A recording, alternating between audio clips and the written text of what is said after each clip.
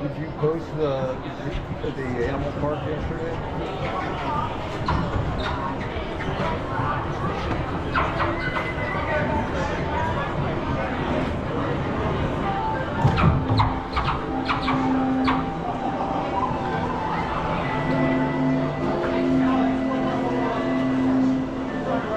Welcome to a voyage of discovery and awareness of the richness, the diversity, and often surprising nature living with the land.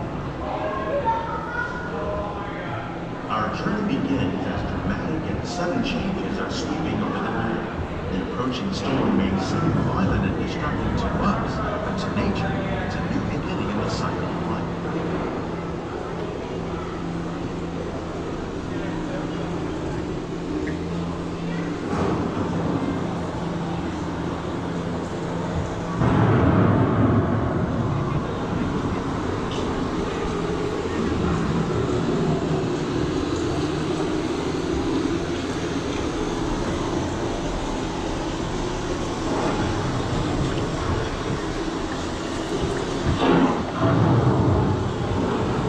Beneath the surface of the land, roots trap water from the flowing mud, extracting precious nutrients and minerals.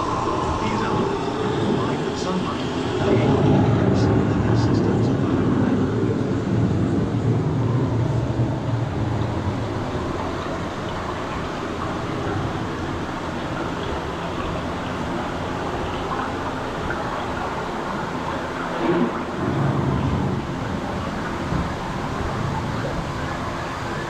One of those living systems is the rainforest, home to the most amazing concentration of life on our planet.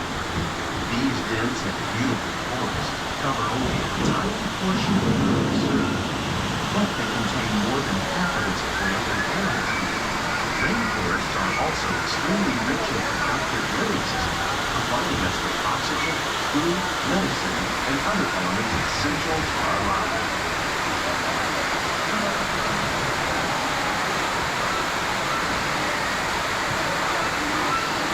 People living in the rainforest.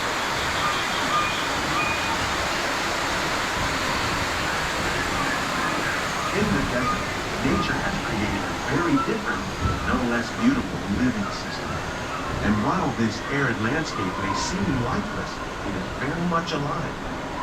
The plants and animals that have learned to survive in these harsh conditions make use of what little water they can find and avoid the scorching rays of the relentless sun.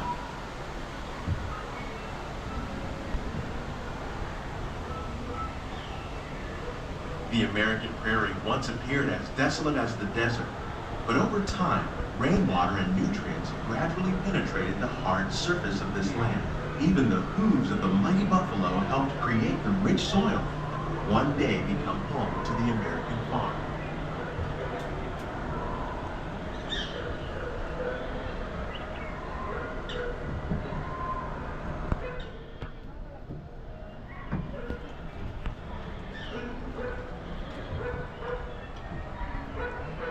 Somebody shoot that dog up.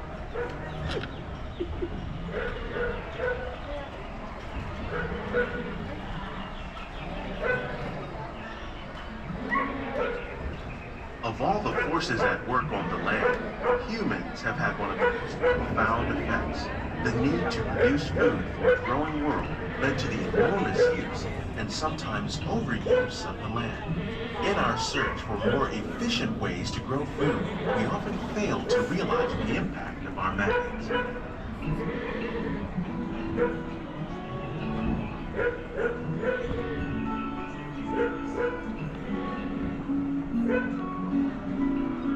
Today, we're learning to live with the land, discovering better ways to grow food that will assure both human and environmental well-being.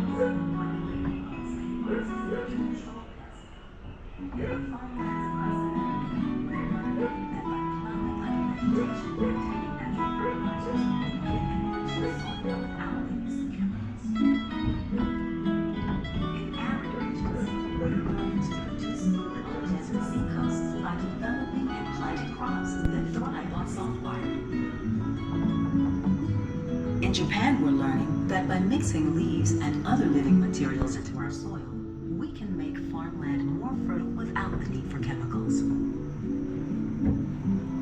Here at Epcot, we're learning to reduce the need for chemical pesticides by breeding and using natural predators, like ladybugs and wasps, to control pests. In the farmlands across America, we're learning that by plowing under vegetation containing natural fertilizers, we can enrich the soil without the use of chemicals.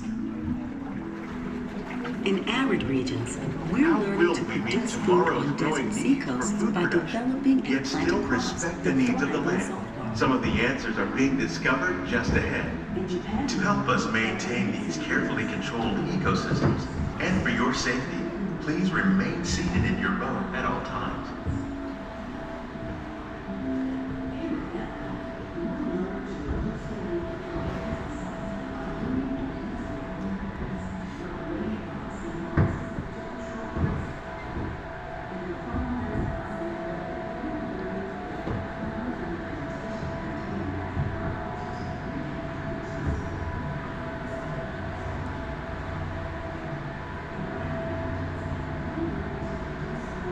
Welcome to our living laboratory, where scientists from Epcot and the U.S. Department of Agriculture are exploring innovative ways to produce bountiful harvests now and into the future.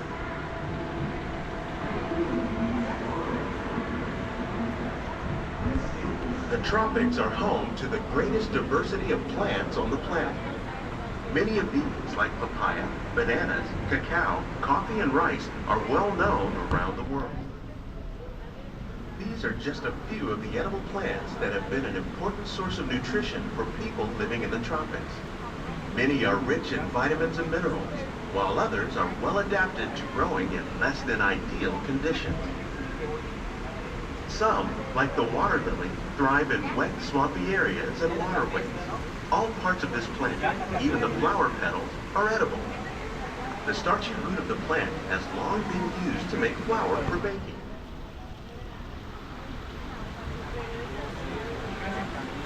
One day, many of these lesser-known tropical plants may be as important as the bananas growing on both sides of the boat. More than 28 million tons of bananas are eaten annually, making it the most popular fruit in the world.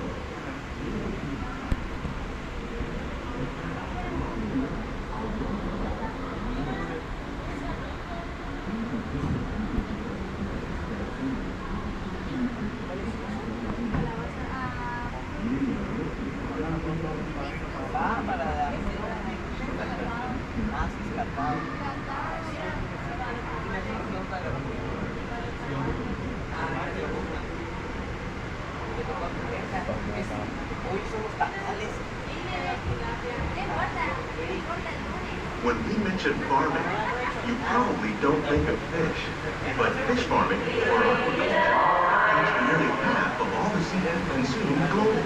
Tilapia, bass, and catfish, like the ones you see here, are three of the more popular crops raised by fish farmers.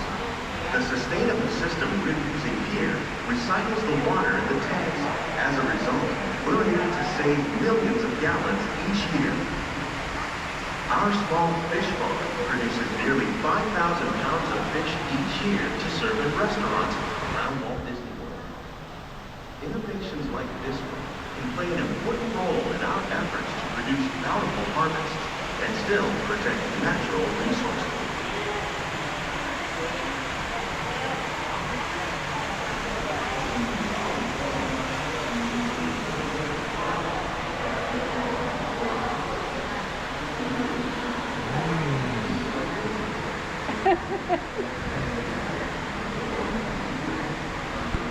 While there are more than 50,000 edible plant species in the world, most of us are only familiar with the handful that make up our everyday diet. The common grains growing here, maize, sorghum, and millet, plus rice, account for nearly 2/3 of our global food consumption. Learning how to increase yields of these staples is an important goal of research around the world. You can eat artichokes? Sunflowers? I know you can eat sunflower seeds.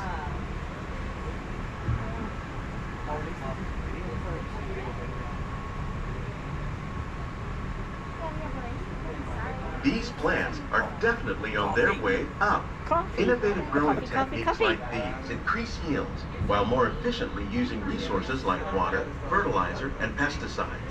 Another innovation at work here is our integrated pest management program. By populating our greenhouses with beneficial insects that prey on harmful pests like aphids and flies, we are significantly reducing our reliance on conventional pesticides. Please keep your hands inside the We're boat. growing these crops using our nutrient film system. This technique precisely controls and recycles water and nutrients. With it, we can produce over 27,000 heads of lettuce a year in this one small area. Wow.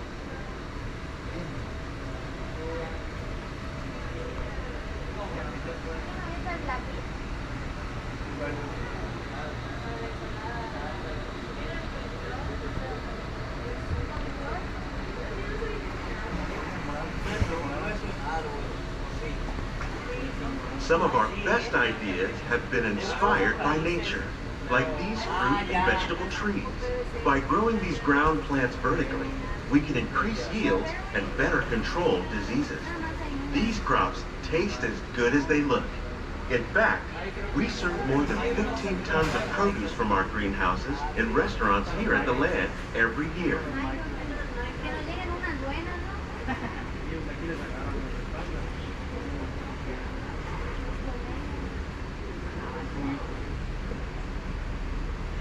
Grab me a tomato there, would you?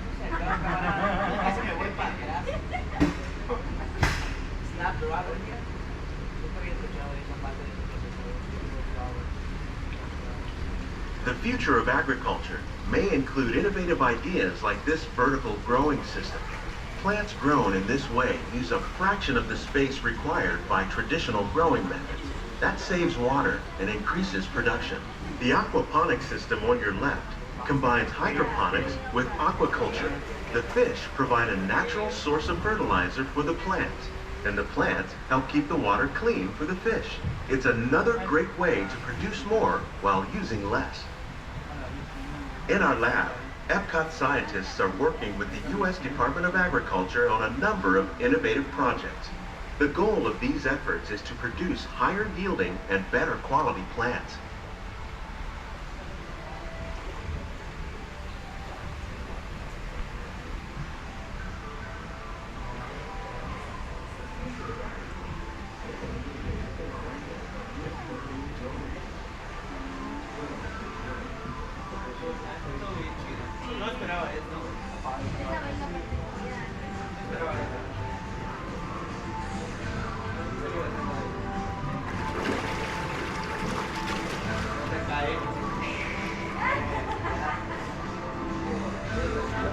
These greenhouses represent just a fraction of the work being done worldwide to produce bountiful harvests for our growing population.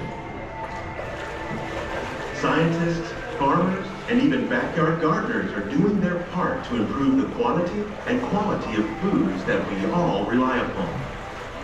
Together, we can continue to find more ways to increase food production and protect our precious natural environment. Only then will we truly be living with the land.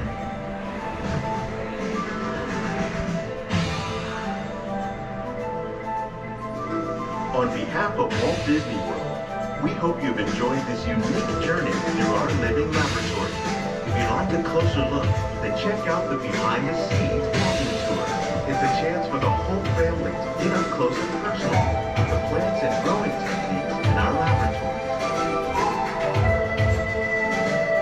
Please keep your hands and feet inside the boat and remain seated until the boat comes to a complete stop.